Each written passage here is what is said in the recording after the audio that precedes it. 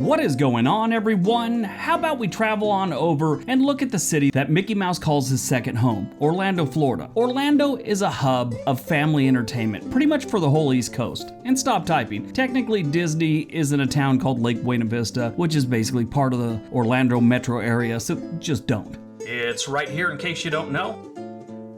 It's not just Disney in the Orlando area. You have SeaWorld, Universal, Discovery Cove, and of course Gatorland, the only place where alligators get golden showers. No, really, they have a zip line that goes over an alligator pond that has like 40 alligators in it. I'm sure more than one person got a little scared and peed. Orlando was incorporated into a town in 1875. Then again, 4 years later, in 1879. I guess they forgot they already did it. It was finally incorporated into a city in 1885, and currently has about 285,000 residents in Orlando, with the metro area holding a little under 2.4 million sun-baked Floridians. Perhaps the most critical event in Orlando's economy, and history pretty much, occurred in 1965 when Walt Disney announced plans to build Walt Disney World. Although Walt Disney did consider other parts of Florida, like Miami and Tampa, for his park, but the one major reason that made him settle on Orlando was hurricanes. Orlando is a little bit inland, although not free from hurricanes, it doesn't get them as often or as bad as the coastal cities do. Disney World opened in October of 1971, ushering in a population explosion and serious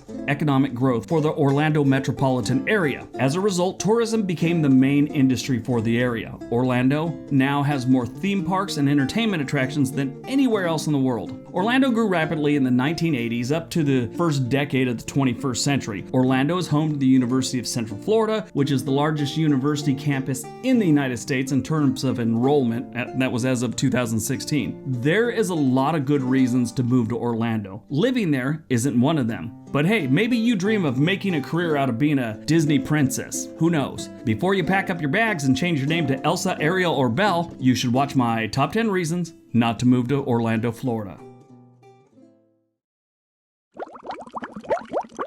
Number 10, you'll need a tan. Now this one's gonna seem kind of dumb, and that's because, well, it is, but it's also really true. A friend explained it to me this way. She moved to the Orlando area while working for the TSA, so really it was more of a transfer thing. This is about 5 years ago. She said that everyone who lives in Florida has a tan. If you're the type of person that doesn't ever tan, she said people are going to assume that you're a tourist and treat you accordingly. Nothing will show that you're not a local more than very untanned skin, especially during the middle of summer. So buy some suntan lotion, some moisturizer, and go hang out by the lake. If you go to college in the area, buy some cheap stuff to use while you work as a ride operator at Disney and pay down your student loans. You don't want to get skin cancer before you pay off your student loans. Number 9, housing prices. For being in the middle of the state, housing prices here are horrible. Most places that aren't near the ocean or Gulf in Florida are borderline affordable. Orlando isn't most places. While the average is just slightly higher than the national average, prices can climb quicker the closer you get to downtown. Now, a lot of places are like that, but this one is in the middle of the state. It just it's too high. A single family home under 2,000 square feet in downtown can be as much as $500,000. While if you want to venture out a little bit from downtown and find a slightly smaller house, the price is almost cut in half. In Orlando, it's all about location and neighborhood. Just keep in mind, they're trying to get oceanfront prices with no ocean. Maybe you can get a pond. They've got plenty there. I have a pond. I spend a lot of time staring at it and wondering if the mortgage is worth it. You could get a pond in Florida very easily, and you could stare at it and wonder if your mortgage is worth it. But be careful, Florida has alligators. Your pond might have alligators. So be careful. If you do see an alligator, don't pee on it. That only goes on in Gatorland.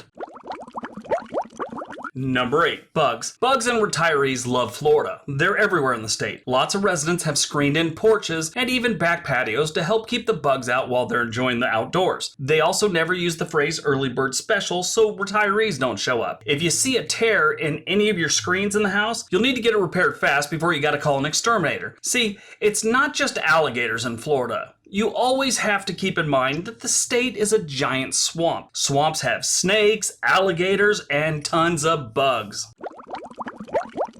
Number 7, tourism. The tourism industry is the largest industry in Orlando. In 2017, the city hit a record number of tourists at 116.5 million visitors for that year only. This is about a 3.6% increase from the year prior. Located within the city are hundreds of things to do. We kind of went over those. We got SeaWorld, Disney, Universal, Gatorland, all that stuff. While this is great, this means tourists. That means more traffic, higher prices on basically everything. It also means those people that think because they're on vacation, rules don't apply to them. If you've ever lived in a tourist city like I grew up in, you know exactly what I'm talking about. They don't follow traffic laws, they drink too much, and apparently if they're a businessman, they think all girls in the town are for sale. I'm not even kidding about that one.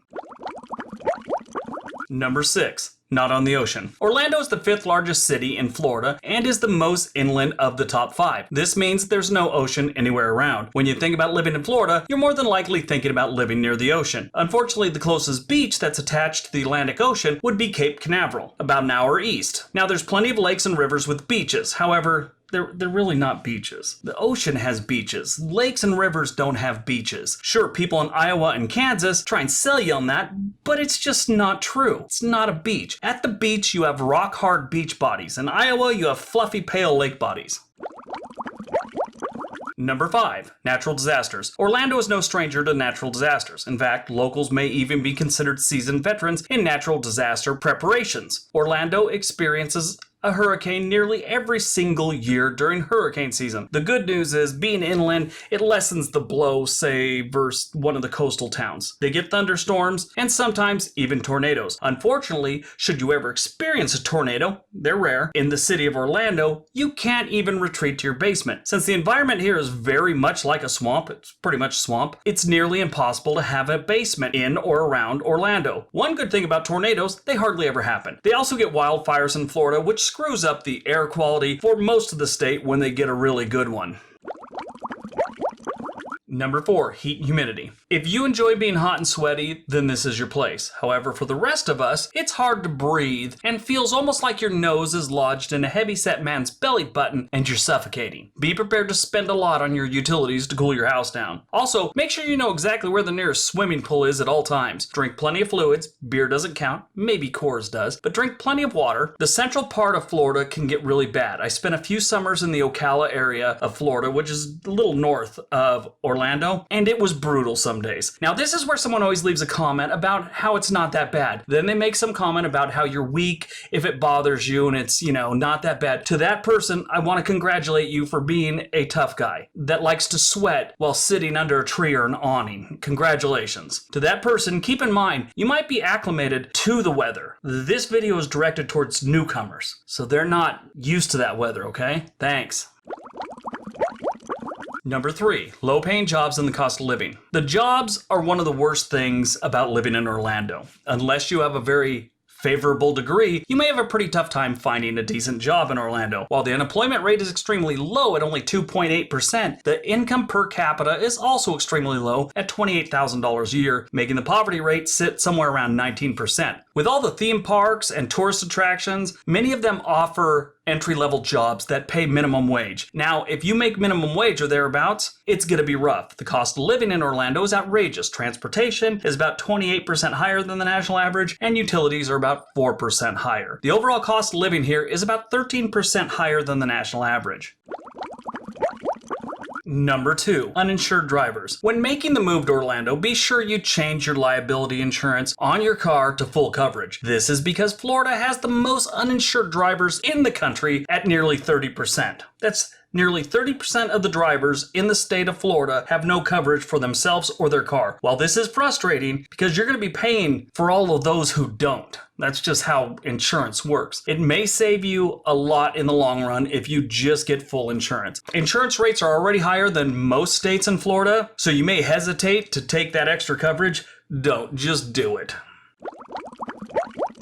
And number 1, no cold weather. Orlando residents don't know what cold weather is. The average low in January seems to stay somewhere around 50 degrees. So if you ask a local, they'll tell you anything below 65 is cold. The city sees no snow throughout the year, which is no surprise. However, they do see about 52 inches of rain, which is about 14 inches higher than the national average. There is no real seasons here. Why is that bad? Weather that hardly changes wears on some people. Not all people, but some people it does affect. One of the top reasons listed by people moving moving back after relocating to a warmer climate was the seasons never changed. To be fair, Florida does have slight changes, but compared to, say, Minnesota, it didn't change at all. Now, I get it, warm weather is better. Some people just don't like it all year round. So it's a negative for a lot of people. Believe it or not, I know a lot of people sitting in Arizona or Florida, things like that. There's nothing wrong with warm weather. Why would you want it to be cold? Some people aren't like you. It's just how it is.